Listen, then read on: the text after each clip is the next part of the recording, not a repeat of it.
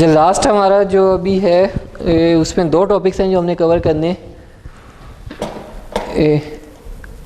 वो सेगमेंटेशन एक हम ब्रीफली ऊपर, वैसे अभी तक हमने सेगमेंटेशन बहुत अच्छा यही डिफरेंट जगहों में बात करके ना हमें उसका आइडिया है, लेकिन स्टिल उसमें क्लस्टरिंग थोड़ी सी आएगी जो थोड़ा सा एक डिफरेंस है जिसको हम करेंगे।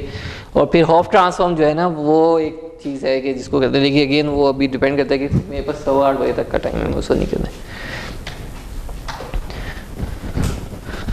अच्छा, सेगमेंटेशन के जो इमेज सेगमेंटेशन के एल्गोरिथम्स हैं वो उसकी ना दो बेसिक प्रॉपर्टीज़ हैं जिसकी बेस पे हम उसको बिल्ड करते हैं। सेगमेंटेशन मीन्स कि हम सेग्रीगेट करना चाहते हैं, हम एक्सट्रैक्ट आउट करना चाहते हैं स्पेसिफिक ऑब्जेक्ट्स फ्रॉम इमेज।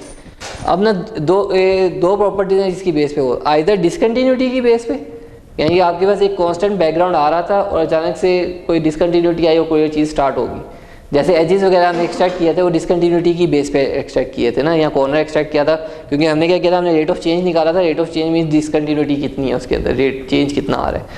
तो ये सेकंड थिंग जो होती है वो सिमिलैरिटी की बेस पे होता है। वो normally region growing based segmentation होती है। उसमें क्या करते हो कि आप इनिशियल एक पॉइंट बता देते हो, ठीक है, और आप फिर उसके सिमिलर फाइंड आउट करते हो। जैसे हमने जो ये फोर कनेक्टिविटी की थी उसमें हमने कहा था कि जब ग्रे लेवल में करनी होती है तो वी सेट जो है, वी सेट में नंबर ऑफ ग्रे लेवल्स आते हैं।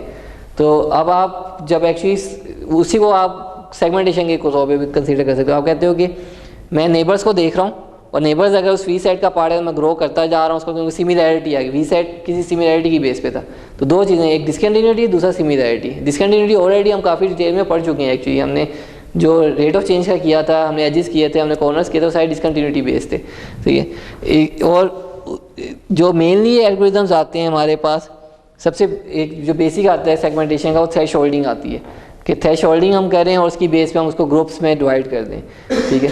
अब जो थ्रेशोल्डिंग है वो क्या कर रहा है, जो बेसिक थ्रेशोल्डिंग है वो 2 ग्रुप्स बनाएगा, एक फोरग्राउंड होगा, एक बैकग्राउंड। फोरग्राउंड हमारा रिक्वायर्ड ऑब्जेक्ट है एंड बैकग्राउंड जो है जिसको हम एलिमिनेट करना चाह रहे हैं।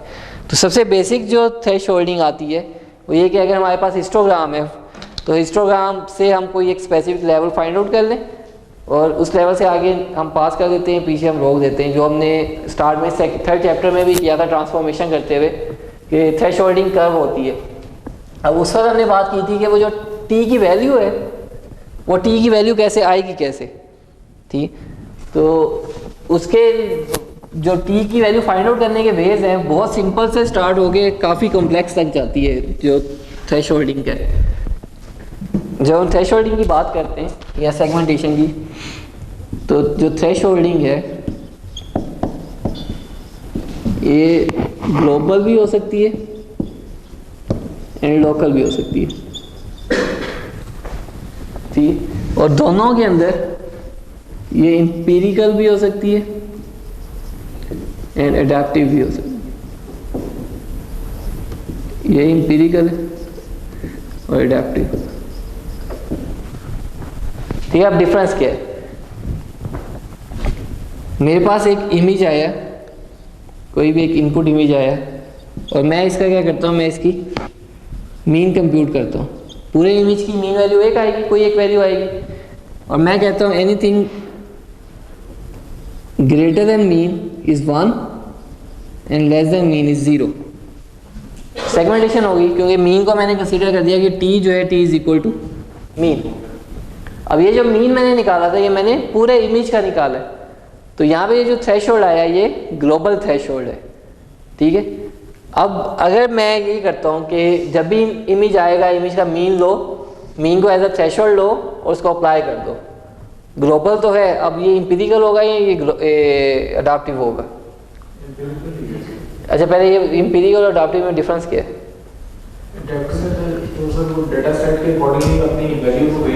जी, और एम्पिरिकल होता है कि जो आपने एक्सपेरिमेंट्स के थ्रू करते हुए ना एक value, fix value find out कर ली तो वो अब थ्रू आउट वही रहेगी। तो ये चीज़ एम्पिरिकल है, अडाप्टिव है? अडाप्टिव है। अडाप्टिव क्यों है? जो आपने पहले बोला है वो चीज़ इस पर अप्लाई हो रही है। इनपुट इमेज आएगा ना, उसकी बेस पे मीन आएगा। अब इमेज चेंज हुआ, मीन भी तो चेंज हो जाएगा ना। आपने टी फिक्स नहीं कर दिया। ग्लोबल है और अडाप्टिव है। सबसे बेसिक सा अडाप्टिव है ये इवन कि मैं मीन मैक्स भी लगा देता हूँ ना तो वो भी अडाप्टिव होगा, क्योंकि हर एक का मीन और मैक्स वैल्यू डिफरेंट आएगी। एक इमेज आया जो नाइट टाइम पे आया उसकी मीन वैल्यू डिफरेंट होगी, एक आया डे टाइम पे उसकी मीन वैल्यू डिफरेंट होगी, ठीक है, तो वो अडाप्टिव है। अच्छा, अब इंपीरिकल जो होता है, इंपीरिकल मीन्स कि मैंने क्या किया कि मेरे पास लेट्स सपोज एक डाटाबेस थी, मैं एक ही कैमरे के साथ डील कर रहा हूँ, मुझे है कि एक ही कैमरे के साथ करना है, तो इंस्टेड ऑफ कि मैं बहुत कॉम्प्लेक्स सा कोई अडाप्टिव एल्गोरिथम बनाऊँ, तो मैं क्या करता हूँ कि थोड़ा सा हेक्टिव यानी थोड़ा सा आप कह दो डोंकी वर्क सा, या जो इस तरह का होता है कि आप क्या करो, आप उससे बहुत सारा डाटा ले लो, डे टाइम का भी नाइट टाइम का भी, और आप काइंड ऑफ देख लो कि डे टाइम में किस तरह के इमेजेस आते हैं और उसके ऊपर ऑन एवरेज क्या थ्रेशोल्ड है जो काम करता है, और नाइट टाइम पे कौन सा करता है, तो आप उनको फिक्स कर दो, क्योंकि अब उसने कैलकुलेशन नहीं करनी रियल टाइम पे, वो तो फिक्स है, उसने निकाल देना उसको, तो इंपीरिकल भी वो इंपीरिकल हो जाएगा, ठीक है। थ्रू एक्सपेरिमेंट्स या थ्रू सर्टन नॉलेज आपने एक वैल्यू डिसाइड कर ली कि ये आनी है, ठीक है, तो और उसके लिए वो बहुत अच्छा भी काम करती है। ये नहीं है कि इंपीरिकल वैल्यू नहीं वर्क करती, empirical value most of scenario अच्छा काम करती है, क्योंकि वो हमारे कैमरा फिक्स है, अगर कैमरा चेंज हो गया देन वो नहीं काम करेगी। अडाप्टिव के केस में ये है कि आपको कोई एल्गोरिथम ऐसा बनाना है जो कि रोबस्ट हो, और वो नॉइज़ के अगेंस्ट भी रोबस्ट हो, वो इल्यूमिनेशन के अगेंस्ट रोबस्ट हो, वो डिफरेंट डे टाइमिंग के अगेंस्ट रोबस्ट हो, इस तरह की चीज़ें आ जाती हैं उसमें। अच्छा, लोकल में क्या होगा, लोकल में यही काम हम नहीं करने, फॉर एग्जांपल ये करना है, लेकिन हम क्या करेंगे, हम इस इमेज को non overlapping let's suppose patches में ब्रेक कर देते हैं, इस इमेज को 4x4 के फर्दर पैचेस यानी फर्दर 16 पैचेस में, इक्वल पैचेस में, लेट्स सपोज ये था 32x32 का, और मैं इसको 8x8 के 16 में ब्रेक कर देता हूँ, ठीक है। अब क्या ये 8x8 का एक सेपरेट इमेज है, इसका मीन कंप्यूट हुआ, और उसी तरह के ग्रेटर देन के लिए ये 1 कर देगा और लेस देन को 0 कर देगा, और ये क्या करेगा, ये इस जगह पे जाके सिर्फ इतने पोर्शन पे एक बाइनरी इमेज क्रिएट कर देगा। देन भी नेक्स्ट वाला सेलेक्ट हुआ उसका, तो अब ये लोकल अडाप्टिव है, और इसमें अगर मैं फिक्स करना है कि अच्छा इस टॉप राइट के लिए ये करो, लेफ्ट राइट के लिए ये करो, बॉटम राइट के लिए ये करना है, इसके लिए ये करना है, तो वो फिक्स हो जाएंगे, वो इंपीरिकल हो जाएगा, ठीक है। अब कंप्यूट करने के टी कंप्यूट करने के वेज डिफरेंट है, बहुत डिफरेंट वेज है। एक सबसे सिंपल वे, एक सबसे सिंपल एल्गोरिथम जो है वो होता है वैली डिटेक्शन का, वैली फाइंडिंग का, कि आपका जो हिस्टोग्राम है, अगर लेट्स सपोज वो उसकी जो डिस्ट्रीब्यूशन है वो इस तरह की है कि एक तरफ सारे के सारे इकट्ठे डिस्ट्रीब्यूटेड पड़े हुए हैं और दूसरी तरफ इकट्ठे पड़े हुए हैं, दरमियान में कहीं पे वैली आ रही है, ठीक है। तो हम कहते हैं कि ये एक ग्रुप है और ये सेकंड ग्रुप है, और किसी तरह हमने ये दरमियान में जो वैल्यू है दोनों ग्रुप्स के वो फाइंड आउट करनी है, ठीक। तो उसके एक बहुत सिंपल सा बेसिक सा एल्गोरिथम है, ये हमने सारा, क्योंकि थ्रेशोल्डिंग हमें पता है उसका नहीं, ये नॉर्मल एक ग्लोबल अडाप्टिव थ्रेशोल्डिंग का सबसे बेसिक एल्गोरिथम जो है वो ये कि आप क्या करो, आप इनिशियल टी सेलेक्ट कर लो, और वो इनिशियल टी क्या हो सकता है, सिंपल मीन, कि मैं कहता हूँ पूरे इमेज की मीन ली, उस मीन की बेस पे मैंने इमेज को 2 ग्रुप्स में डिवाइड कर दिया, एक वो ग्रुप जो उस मीन से ग्रेटर था और एक वो ग्रुप जो उस मीन से लेसर था, ठीक है। अब जो ग्रेटर वाला ग्रुप है उसकी मैंने मीन कंप्यूट की, वो M1 है लेट्स सपोज, और लोअर जो ग्रुप था उसकी मीन कंप्यूट की वो M2 था, M1 M2 की फर्दर मैंने मीन कंप्यूट की, यानी M1 plus M2 divide by 2 किया, तो वो कहीं पे निकल आई दरमियान में। अगर वो वैल्यू और जो प्रीवियस हमने एक मीन T था अगर वो सिमिलर आ जाते हैं, क्लोजर आ जाते हैं, तो मैं स्टॉप कर दूँगा, लेकिन अगर वो क्लोजर नहीं है तो इट मीन्स कि डिस्टर्ब हुआ है कुछ ना, तो वो जो नया मीन आया हुआ होगा, जो दोनों मीन्स का मीन था, उसको मैं थ्रेशोल्ड कंप्यूट करूँगा, उससे अगेन ग्रुप्स बनाऊँगा दोनों के, तो ये चलता रहेगा। तो पहले मैं इनिशियल एक टी ले रहा हूँ जो मैं ज्यूम कर रहा हूँ एक मीन है, सिंपल एक मीन है इमेज का, उसकी बेस पे मैं 2 ग्रुप्स बना देता हूँ इसके, एक वो ग्रुप जो उससे ग्रेटर है, एक वो ग्रुप जो उससे लेसर है।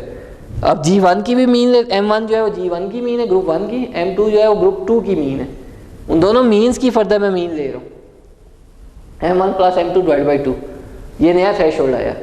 If this new threshold is equal to previous threshold, हो यहाँ उन दोनों के दरमियान जो डिफरेंस है वो कोई बहुत स्मॉलर है, सिमिलर काइंड ऑफ वैल्यूज आई हैं आपके पास, तो आप स्टॉप कर जाओगे और वो आपका जो ये वाला थ्रेशोल्ड होगा वो आपका एक्चुअल फाइनल थ्रेशोल्ड बन गया। अदरवाइज क्या करोगे कि जो ये अगर डिफरेंस ज़्यादा है तो इस थ्रेशोल्ड जो ये थ्रेशोल्ड कंप्यूट किया था आपने, इसको आप लोगे तो इसकी बेस पे अगेन ग्रुप 1 ग्रुप 2 बना, फिर वो चलता गया। तो इवेंचुअली एक्चुअली आप क्या कर रहे हो कि लेट्स सपोज पहला इसका मीन जो आना था ना, इसका मीन आना था कोई यहाँ पे जाके, क्योंकि ये ज़्यादा वैल्यूज ये पड़ी हुई है, हाई पड़ी हुई है, तो ओवरऑल मीन हिस्टोग्राम का ही है, लेकिन एक्चुअली हिस्टोग्राम हम देख नहीं रहे। हिस्टोग्राम बनाने की ज़रूरत नहीं है एल्गोरिथम को। नहीं, वो वर्चुअल डिवीजन है, वर्चुअल डिवीजन है एक तरह कि आप क्या कर रहे हो, आप ये कर रहे हो कि आप जो है जैसे अगर ये है हमारे पास 7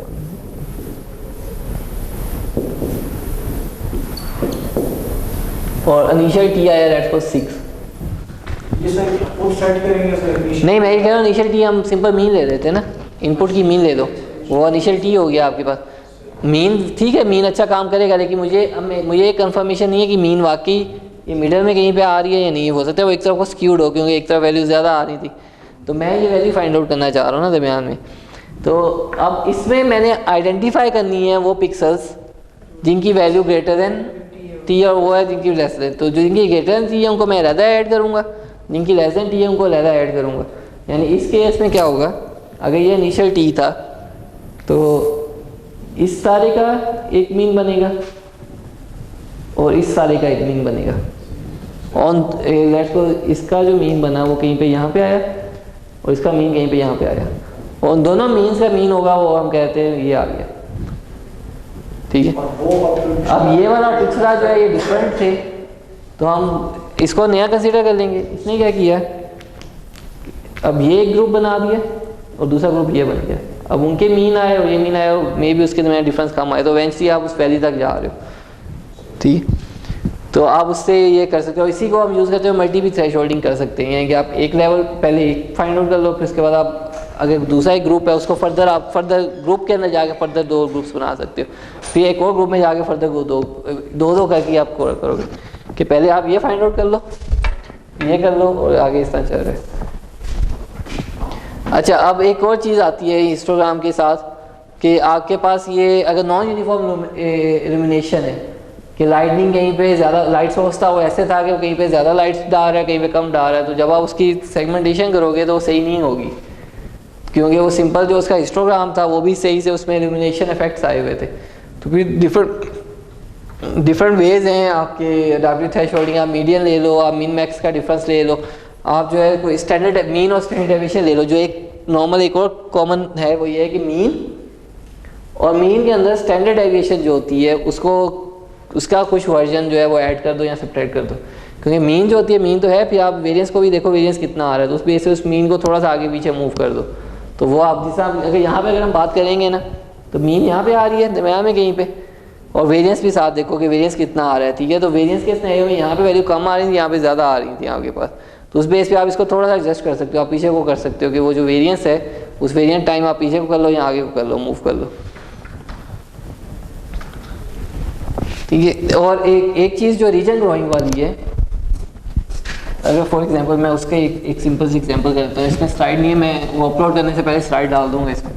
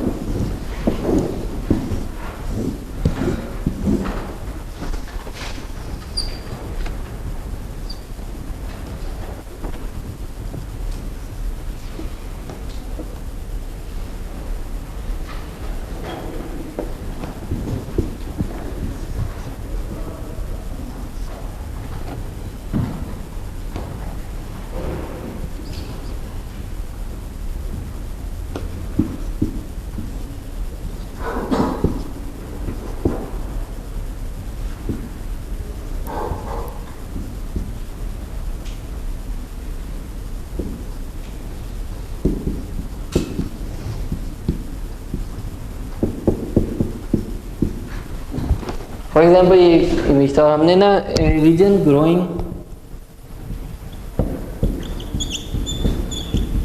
बेस्ड हमने सेगमेंटेशन करनी है, ठीक है। रीजन ग्रोइंग जो है ना वो सिमिलैरिटी की बेस पे चलता है, तो उसमें ना 2 चीज़ें चाहिए होती हैं। एक हमें सीड पॉइंट चाहिए होता है, सीड पॉइंट काइंड ऑफ जो इनिशियल पॉइंट है वो कौन से होंगे जिससे हमने ग्रो करना स्टार्ट करना है, ठीक है। सेकंड पे हमें कोई फिटनेस फंक्शन कोई कॉस्ट फंक्शन चाहिए होता है। लेट्स सपोज मैं ये कहता हूँ कि जो भी अभी वाला पॉइंट है और जो नेक्स्ट पिक्सल है जी, जो भी उनका डिफरेंस अगर लेस देन 1 है तो वो सिमिलर है, लेस देन 2 है, सॉरी लेस देन 1 तो 0 हो जाएगा।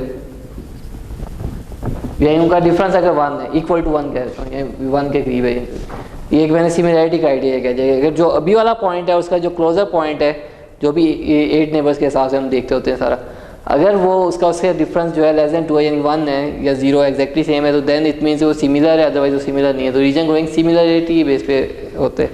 अब फॉर एग्जांपल मेरा सीड पॉइंट था ये 3, अब मैंने यहाँ से ग्रो करना स्टार्ट करना है, ठीक है। अब 3 के 8 नेबर्स अगर आप देखो तो उसमें से कौन सा इसका फुलफिल कर रहा है, ये फिल हो रहा है, ये हो रहा है, सही है, ये दोनों हो रहे हैं। तो ये जो है लेट्स हम इधर ग्रो करते हैं, इधर गए हम। अब इसके 8 नेबर्स में कोई ऐसा है कि जो इसको फुलफिल कर रहा है 4 के 8 नेबर्स में? 7 है, 7 का भी 1 नहीं है, इसका भी, यानी हमने 1 का डिफरेंस देख रहे हैं ना, तो नहीं है। तो इसके साथ भी जो दूसरा ऑप्शन था वो ये 4 वाला था, इस 4 पे आ गए। अब इस 4 के साथ फर्दर कोई इसको हो रहा है कि जो इसको फुलफिल कर रहा हो, नहीं है, तो मीन्स इसके बाद अब आगे और कोई ऑप्शन है, तो ये इतना ही ग्रो कर रहा है सिर्फ, ठीक है। अब अगर इसको मैं थोड़ा सा और रिलैक्स कर देता हूँ तो ये और ज़्यादा ग्रो करेगा, ठीक है। तो सिमिलैरिटी ये है कि आप कितना सिमिलर मोस्ट सिमिलर देख रहे हो, कितना आप उसको अलाउ कर रहे हो कि क्या है। ये काइंड ऑफ वही है वी सेट वाली बात आ जाती है। देखो अगर मैं कहता हूँ कि 160 एक इंटेंसिटी लेवल है, उससे मैं कितना डेविएट कर सकता हूँ, ये कितना, मैं 140 से लेके 180 तक जो आ रहे हैं वो उनको मैं रख लेता हूँ लेट्स। तो भी ये देखता है नेबर्स में ये वैल्यू आ रही है तो ग्रो करता जाएगा, अदरवाइज वो स्टॉप कर देगा उसको। तो ये उस तरह है कि आप डार्क ऑब्जेक्ट्स को लेट्स सपोज ब्राइट से सेपरेट करना चाहते हो, आप पहला सीड पॉइंट उसके ऊपर दे देते हो डार्क ऑब्जेक्ट पे, अब उसकी बेस पे आप ग्रो करते हो फिर कि उसके नेबर्स अगर उसी तरह की आई जा रहे हैं तो वो ग्रो करता जाएगा, अदरवाइज वो स्टॉप कर देगा। अब ये जो चीज़ है ना, इस शेप डिपेंडेंट नहीं है, वो जो ग्रो कर रहा है वो किसी तरह भी हो सकता है, उसका ग्रोथ जो है वो कैसे जैसे मर्जी हो सकती है, लेकिन डिपेंडेंट जो है वो सीड पॉइंट पे है। अब सीड पॉइंट निकालने के डिफरेंट वेज होते हैं, लोग इसको मैनुअली भी निकालते हैं कि आप पहले क्लिक कर दो कि यहाँ से मैंने स्टार्ट करना शुरू करना है, वो फिर ग्रो करते हैं, या वो सीड पॉइंट किसी क्राइटेरिया की बेस पे निकलते हैं कि फॉर एग्जांपल मैं डार्केस्ट पॉइंट यानी डार्केस्ट पहले यानी मैं डार्क रीजन्स के ऊपर था ना, तो मैं क्या करूँ, मैं थ्रेशोल्ड को बहुत लो पे लेके जाऊँ, उससे क्या होगा कि डार्क वाला एक तरफ हो जाएगा और ब्राइट वाले जो होंगे वो एक तरफ चले गए, बहुत ही लो पे मैं लेके गया था, ठीक है। अब वो जो पास हुई ना उन सबको मैं as initial seed points consider कर लेता हूँ, उन सबसे मैं ग्रो करना स्टार्ट कर देता हूँ। अब फॉर एग्जांपल मेरा आउटकम जो थी वो एक ही ऑब्जेक्ट थी, सीड पॉइंट तो मल्टीपल थे, अब मे भी वो आपस में जाके मर्ज भी हो गए।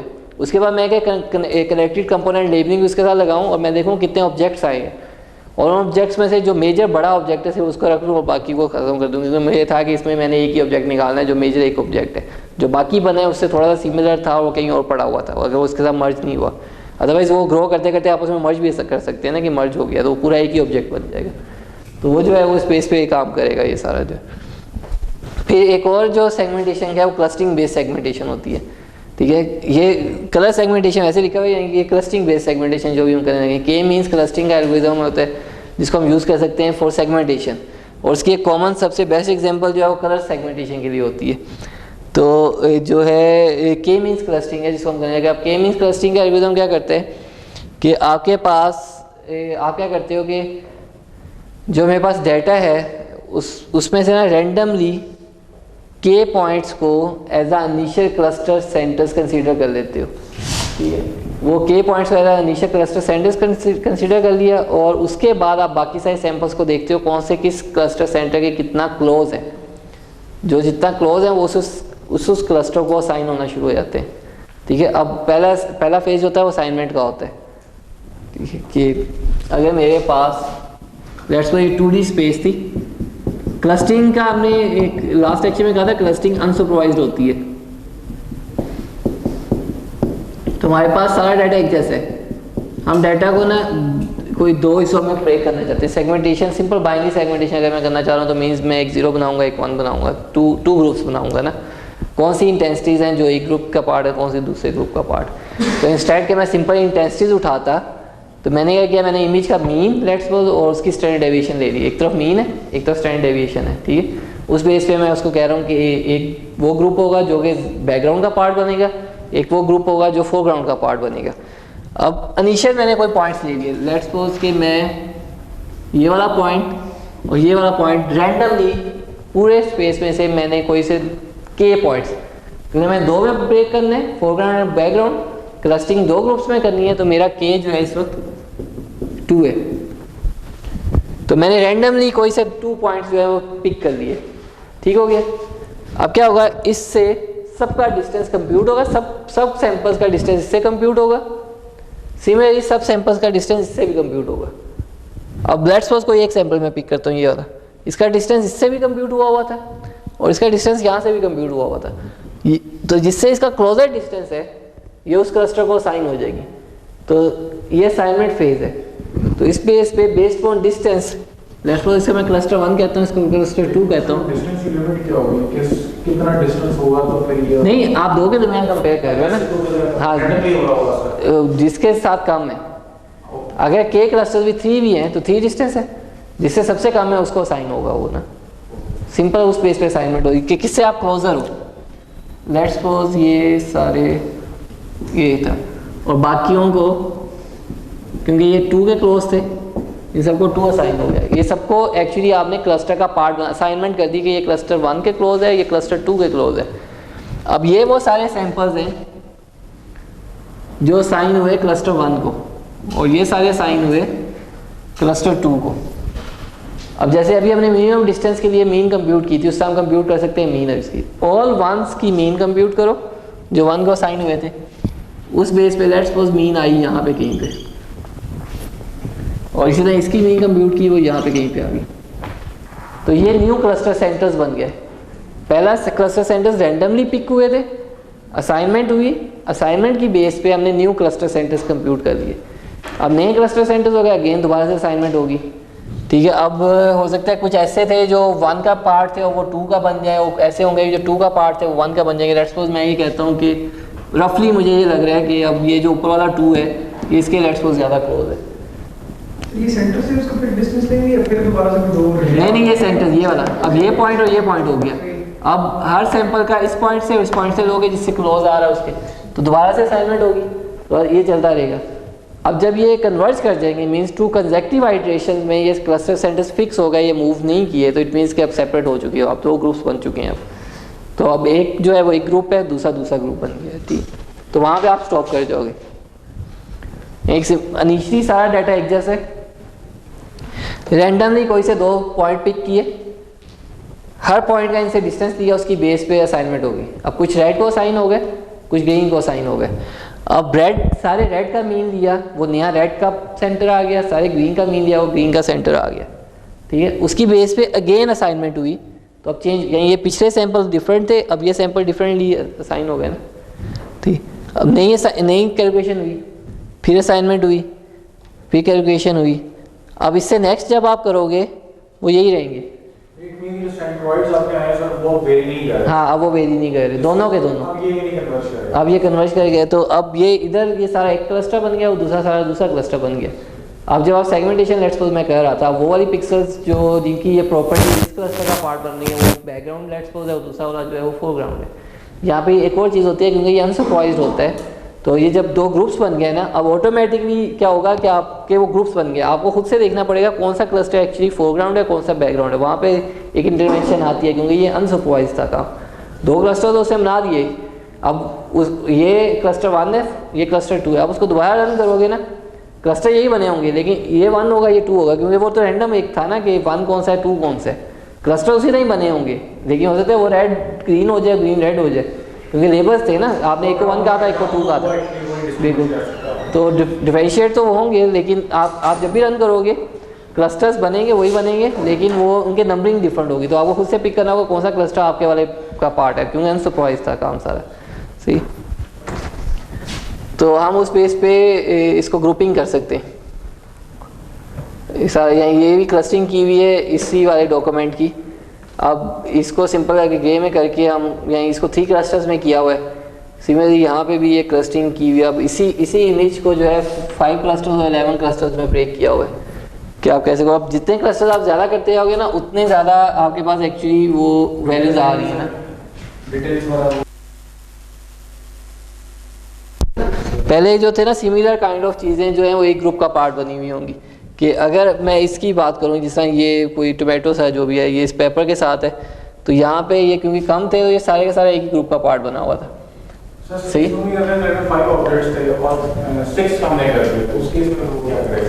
क्या सॉरी क्या थे? हाँ। नहीं देखो ये जो क्लस्टरिंग कर रहा है ना कुछ प्रॉपर्टी की बेस पे या किसी सिमिलैरिटी की बेस पे करा होगा, ठीक है। ये लोकेशन बेस्ड नहीं है। आपका एक ऑब्जेक्ट था, ये एक ऑब्जेक्ट इधर था, अगर उनकी इंटेंसिटी सिमिलर थी या लेट्स सपोज उनका कलर सिमिलर था, वो दोनों एक ही क्लस्टर का पार्ट बनेंगे, ठीक है। तो अब टोटल 11 ऑब्जेक्ट्स थे, आउट ऑफ 11 5 की प्रॉपर्टीज एक जैसी हैं, 3 की दूसरी तरह की हैं, बाकी रिमेनिंग 3 की और है, तो वो 3 ग्रुप्स बनेंगे। अब ये 3 ग्रुप्स खुद नहीं बनाएगा, आपको पहले के पिक करना होगा। यानी कि अगर आपको पता है कि मैं इसमें से 3 ग्रुप्स निकालना चाहता हूँ तो के आप 3 रखोगे, क्योंकि के जो है वो यूज़र डिपेंडेंट आप दे रहे हो, ठीक है। आप डिफाइन कर रहे हो कि मैं इसको कितने ग्रुप्स में ब्रेक करना चाहता हूँ। जैसे अभी जब थ्रेशोल्डिंग हमने की पीछे, थ्रेशोल्डिंग में मैंने किया कि एक थ्रेशोल्ड की बजाय आप मल्टीपल थ्रेशोल्ड भी रख सकते हो ना। जब आप मल्टीपल थ्रेशोल्ड रख रहे हो तो आप 2 ग्रुप्स नहीं बना रहे हो, बैकग्राउंड फोरग्राउंड, आप मल्टीपल ग्रुप्स बना रहे हो। तो वही काम यहाँ पे आएगा, के 2 लेते हो सिंपल बैकग्राउंड फोरग्राउंड बनेगा। इफ़ के इज इक्वल टू 3 तो एक ग्रुप, दूसरा ग्रुप, तीसरा ग्रुप बना। के इज इक्वल टू 4 है तो 5 ग्रुप्स बन गए आपके, तो उस तरह ग्रुप्स बन गए, ठीक है। तो सर अच्छा हॉफ ट्रांसफॉर्म है, इसको भी मैं क्विकली करना चाहूँगा, मुझे उधर भी पहुँचने में इसको।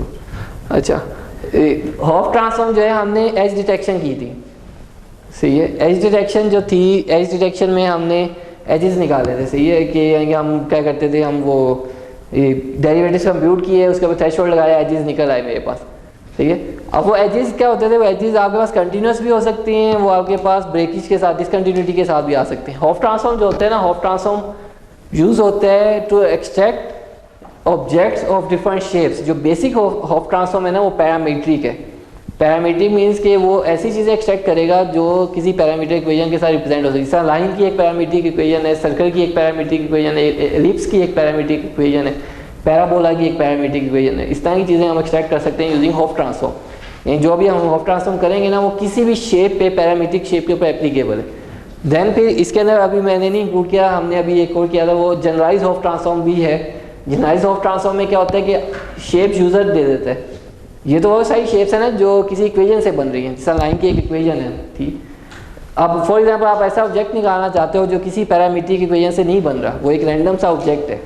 तो जैसे टेम्पलेट मैचिंग होती है ना, ये भी समझ लो काइंड ऑफ टेम्पलेट मैचिंग है कि आपने एक टेम्पलेट दे दिया कि ये शेप है जिसको मैं निकालना चाहता हूँ, उसकी बेस पर उसको देखता है कि वो कहाँ पे पड़ी हुई है आपके पास। यहाँ और बेस्ट थिंग इसकी क्या है कि टेम्पलेट मैचिंग के मुकाबले में टेम्पलेट मैचिंग फेल हो जाती है कि अगर आपके पास एक एज मैप था इमेज का और एक आपके पास था टेम्पलेट का एज मैप। टेम्पलेट का एज मैप जो होगा ना बहुत आइडियल होगा क्योंकि आपने बनाया हुआ है। आपकी इमेज का जो एज मैप आया वो विद डिसकंटिन्यूटी आता है, तो वहाँ पे template matching kind of fail हो जाती है क्योंकि उसको वो डिसकंटिन्यूटीज मिल रही होती है। वेयर ये जो होता है ये वो जो डिसकंटिन्यूटीज है ना उसको भी फिल कर रहा होता है, तो ये इन जनरल देख रहा होता है कि वही चीज़ शेप कहाँ पे इसको मिल रही है। अब लाइन के लिए ये कैसे काम करेगा, लाइन जो है हमारे पास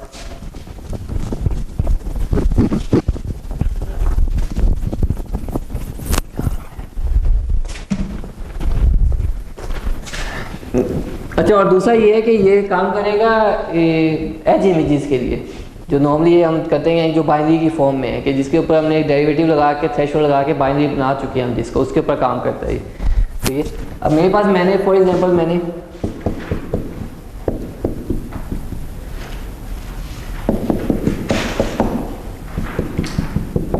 मैंने कोई लाइन फाइंड आउट करनी थी और जब मैंने उसका डेरिवेटिव लेके उसका थ्रेशोल्ड लिया तो उसके बाद ये सारे इतने सारे पॉइंट्स आ गए मेरे पास। ठीक है, अब इसमें फॉर श्योर जो है ये यहाँ पे स्ट्रेट लाइन पड़ी है लेकिन एक्चुअली वो मुझे नहीं दे रहा अभी। उसने उस टाइम सिमिलर काइंड ऑफ चीज़ें और कहीं पे भी थी, वो मुझे उसने काफ़ी सारे पॉइंट्स दे दिए, काफ़ी सारे ऑब्जेक्ट्स दे दिए फॉर एग्जांपल। ठीक है, 1 1 1 काफ़ी जगहों पे आ गए, लेकिन फिर भी कहीं पे यानी कि एक्चुअली एक प्रॉपर्टी फॉलो हो रही है विद डिसकंटिन्यूटी ऑफ लाइन। तो हॉफ ट्रांसफॉर्म ये हमें निकाल के देगा। अब क्या होता है ये हमारे पास एक्स वाई प्लेन है, जो हमारे पास एक्चुअल है ये एक्स वाई प्लेन, ठीक है। लाइन की क्या इक्वेशन है, y is equal to m x plus c, या इधर मैं इसकी नोटेशन फॉलो करता हूँ ए एक्स प्लस बी, ठीक है। ए स्लोप आ गया, बी इंटरसेप्ट आ गया, ठीक है। अब ये जो लाइन मैंने बनाई है, इस लाइन की कोई एक फिक्स स्लोप है और एक कोई फिक्स बी है इसका, तब ये लाइन मैं निकाल सकता हूँ। तो हॉफ ट्रांसफॉर्म मुझे हेल्प करता है ये ए और ये बी आइडेंटिफाई करने में कि ये ए और बी क्या चीज़ कैसे आ गया, ठीक है।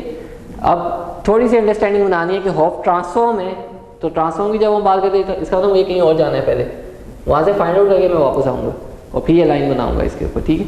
तो हॉफ ट्रांसफॉर्म जो है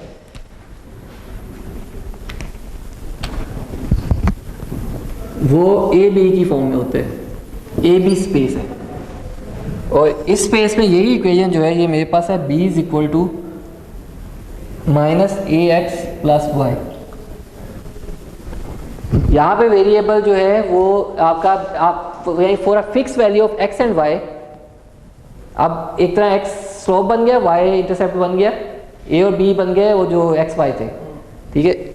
अब यहाँ पे फॉर एग्जांपल मैं ये एक पॉइंट पकड़ता हूँ, इसको इस तरह देखते हैं कि ये एक पॉइंट है, इसका एक फिक्स y है, फिक्स x है, पिक्सल पे पड़ा हुआ है ना, किसी एक पिक्सल पे पड़ा हुआ होगा ये, ठीक है। फॉर एग्जांपल ये 2 और 3 पे था, 2,3 पे पड़ा हुआ था, तो इसकी इक्वेशन बन गई 3a2 प्लस b, ठीक है। अब लाइन तो नहीं बनी ना, ठीक है। देखिए ये जो एक पॉइंट है, अच्छा अब हॉफ क्या करता है, हॉफ काइंड ऑफ ये जो हॉफ ट्रांसफॉर्म है ये एक्यूमुलेटर एक मैट्रिक्स होता है जो कि एक्चुअली हर पॉइंट के अगेंस्ट एक गैस दे रहा है, एक वोट दे रहा है कि ये पॉइंट में से कितनी लाइंस पास हो रही हैं यहाँ पे, या कितना या ये कितनी दफ़ा उस लाइन के ऊपर आया है। कि जैसे फॉर एग्जांपल ये एक लाइन है ना, इस लाइन के ऊपर ये एक पॉइंट है, ये एक पॉइंट एक वोट देगा वहाँ पे किसी एक सेल के अंदर, किसी एक ए बी के अगेंस्ट एक वोट देगा, ये अगला जो पॉइंट है इसका वो एक और वोट देगा वहाँ पे। तो वहाँ से हम ऐसा सेल पिक करेंगे जिस सेल के अगेंस्ट मैक्सिमम वोट आए होंगे। अब उसको मैं उसकी सेंस हम बनाते हैं कैसे, फॉर यहाँ पे एक पॉइंट लिया, इस एक पॉइंट को जब मैं यहाँ पे प्लेस करूँगा, यहाँ पे क्या होगा, b is equal to minus a into 2 plus 3, सही। मेरे पास क्या आ गया, स्लोप आ गया, इंटरसेप्ट आ गया इस स्पेस के अंदर। तो one point in x y domain एक पूरी एक लाइन बनाएगा इन ए बी प्लेन, किसी एक स्लोप और इंटरसेप्ट की, क्योंकि वो एक्स वाई इधर स्लोप और इंटरसेप्ट बन गया। नेक्स्ट पॉइंट जो होगा वो कोई एक और लाइन बनाएगा यहाँ, ठीक है। अब ये वो पॉइंट है ए और बी है जहां पे ये दोनों पॉइंट वोट करवा रहे हैं। तो one point in x y plane जो है वो वहां पे एक लाइन बनाएगा इन ए बी प्लेन। वो लाइन बनेगी नहीं अगर मैं इसको सॉल्व करूं। देखो फॉर एग्जांपल मैं ये करता हूं कि मेरे पास यहाँ पे डिवीजन हुई है 0, -1, -2, 1 and 2, 0, -1, -2, 1 and 2। ए और बी की रेंजेस है ना, ये इक्वेशन बन गई थी। अब यहाँ पे मैं क्या करूँ, मैं for every value of A and b मैं करूँगा ना, इसको सॉल्व करूँगा ना इस इक्वेशन को। तो A is from -2 to +2, B is from -2 to +2। तो मैं for every value of A and B, यहाँ अब मैं ए प्लेस करता जाऊँ, उसके अगेंस्ट बी की वैल्यू फाइंड आउट करता जाऊँ किस बी के जगह आएगा। तो ए में लेट्स सपोज ए क्या है, -2 है, -2, 2, सो ये +2 हो जाएगा, +3 तो ये आ गया 7। बी की 7 वैल्यू नहीं है क्योंकि ये ग्रेड हमने ऐसी बनाई, अभी 7 नहीं है तो वो बाहर निकल गया स्पेस से, उसको छोड़ देते। -1 प्लेस किया, -1 प्लेस किया तो ये क्या हो गया, 2 + 3 = 5, वो भी इसमें नहीं आ रहा है। फिर हमने 0 प्लेस किया तो -1 + 3 = आ गया 2। तो फॉर a = 0, बी की वैल्यू आ रही है 2, तो यहाँ पे एक वोट आ गया। ए क्या रखा था यहाँ पे हमने 0, for A equal to 0 B की वैल्यू आई 2, तो यहाँ पे एक वैल्यू आ गई हमारे पास, ये इसलिए ये फिल होता जाएगा। तो अब for a fix value of X Y, एक पॉइंट के लिए, एक एक्स वाई के लिए एक्चुअली यहाँ पे एक पूरी लाइन बननी है, एक लीनियर लाइन, एक स्ट्रेट लाइन बनेगी। इधर से एक और पॉइंट आएगा, वो एक और लाइन बनाएगा, थर्ड पॉइंट आएगा, वो एक और लाइन बनाएगा। अब अगर कोई ऐसे पॉइंट जो सेम लाइन के ऊपर नहीं पड़े हुए थे, कहीं और से उठाया ना आपने, वो इसमें लाइन बनाएंगे लेकिन वो कहीं और बनाएंगे, वो इनको क्रॉस नहीं करेंगे, या वो इस पॉइंट में से नहीं गुजरेंगे यहाँ पे क्यूमुलेटर बन रहा था। जो दो पॉइंट जैसे जो कि एक लाइन में लाया कर रहे हैं वो इंटरसेक्ट करें। बिल्कुल। अब अगर ये वाले पॉइंट भी इस लाइन पे कर रहे हैं ना, ये वाला पॉइंट भी इस लाइन के ऊपर पड़ा हुआ है फॉर एग्जांपल, तो ये भी इसमें से पास करेगा इसी में से, तो वहाँ स्लोप और इंटरसेप्ट। बिल्कुल। तो ये हमारे पास क्यूमुलेटर मैट्रिक्स बन गया। हम उसमें से देखेंगे कहाँ पे पीक आ रही है मेरे पास, जहाँ पे पीक आ रही है, जैसे अगर यहाँ पे पीक आ रही थी फॉर एग्जांपल, तो उसके अगेंस्ट मेरे पास स्लोप और इंटरसेप्ट दोनों वैल्यू आ गई, और मैं लाइन की इक्वेशन बना सकता हूँ वहाँ पे। यहाँ से भी मैं वापस जाऊँगा इधर और मैं लाइन की इक्वेशन बना दूँगा, तो मुझे वो लाइन मिल जाएगी, एक कंटिन्यूस लाइन मिल गई कि इस स्लोप और इस इंटरसेप्ट की लाइन पड़ी हुई है इस पर, ठीक है। अब इसमें एक थोड़ा सा इशू था कि ये जो चीज़ है, क्योंकि स्लोप और इंटरसेप्ट का है, तो ये जो वर्टिकल लाइंस होती हैं उसके लिए इन्फिनिटी आएगा, तो वहाँ पे जाके फिर आपके पास स्लोप नहीं निकलेगा, यही ए जो है ए अनडिफाइंड हो जाएगा आपके पास। तो ये वाला जो एक नॉर्मल ये वाली वे होती है, जो ये y = mx + c वाली, ये वहाँ पे फेल हो जाती है, ठीक है। तो इसको फिर इसकी जगह यूज़ कर रहे थे जो एक और लाइन की इक्वेशन के लिए कि ρ = x cos θ + y sin θ। अब इससे भी लाइन को रिप्रेजेंट कर सकते हो, ठीक है।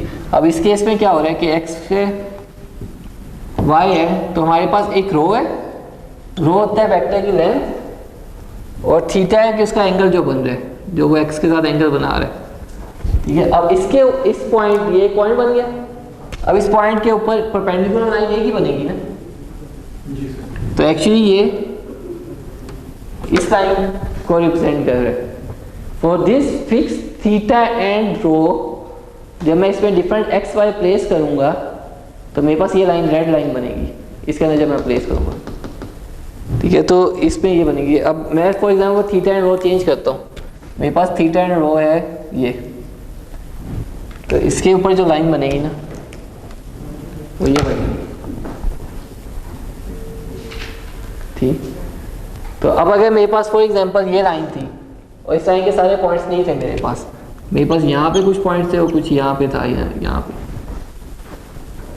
और मैंने वो लाइन बनानी है ना, ठीक है। तो मैंने एक्चुअली ये थीटा और रो निकालना होगा दूसरी डोमेन से, तो अब वहाँ पे ए बी डोमेन नहीं होगी मेरे पास, जो होगी वो होगी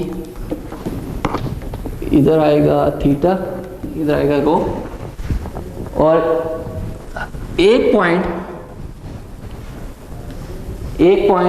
जिसका फिक्स एक्स वाई है उस डोमेन में जाके एक साइनोसॉइडल बनाएगा। ए बी डोमेन में लाइन बन रही थी, यहाँ पे साइनोसॉइडल बन रही है क्योंकि ये कोस और साइन जो आ रहे हैं हमारे पास। अब फॉर फिक्स एक्स वाई आप यानी कि for a fix x y and one value of let's suppose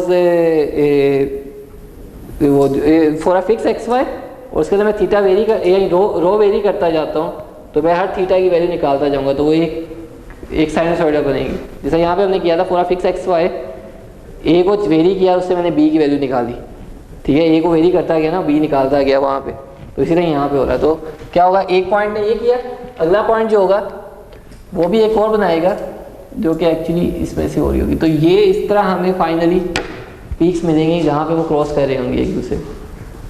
तो ये पोलर आ जाता है कि पोलर रिप्रेजेंटेशन आ जाती है इसकी की हॉफ ट्रांसफॉर्म की।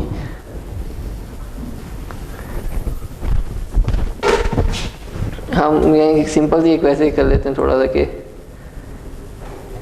हमारे पास एक्स वाई जो है ये सिर्फ एक वो बताने का है कि हर लाइन जो है वो with different intercept and slope है। हर लाइन जो है उसका स्लोप और इंटरसेप्ट जो है वो डिफरेंट है। In x y domain slope and intercept को चेंज करते जाओ तो लाइन चेंज होती जाती है। अब आपने हॉफ ट्रांसफॉर्म से ये लाइंस फाइंड आउट करनी है, तो इट मीन्स अगर मैंने कोई लाइंस फाइंड आउट करनी है तो मुझे किसी तरह उसका स्लोप और इंटरसेप्ट चाहिए। अब वो स्लोप और इंटरसेप्ट मैंने रैंडमली नहीं लेना, उसके लिए कोई चीज़ को वोट करना चाहिए। मेरे पास एज मैप था उस एज मैप में से हर पॉइंट ने किसी एक specific slope and theta slope and intercept के लिए वोट करना है। इवेंचुअली जिसके लिए वोट ज़्यादा होंगे, कि मैं एक ही लाइन फाइंड आउट करना चाहता हूँ, जिसके वोट सबसे ज़्यादा होंगे वो है। अगर मल्टीपल लाइन्स फाइंड आउट करना, 3 लाइन्स फाइंड आउट करने, जो टॉप 3 वोट्स होंगे तो हर रो एंड हर स्लोप और इंटरसेप्ट मुझे एक लाइन देता जाएगा यहाँ पे, ठीक। तो दूसरी डोमेन जो है हमारे पास, उसमें b = -ax + y है। तो अगर मेरे पास 2 पॉइंट्स हैं लेट्स सपोज यहाँ पे, जिसमें से एक्चुअली एक लाइन फाइंड आउट करनी है मैं जो, तो हर पॉइंट जो है उधर जाके एक लाइन बनाएगा ए बी डोमेन में। ये एक पॉइंट जो 0 1 पे पड़ा हुआ था, यहाँ पे इसने एक लाइन बनाई, दूसरे पॉइंट ने ये दूसरी लाइन बनाई है यहाँ पे, ठीक है।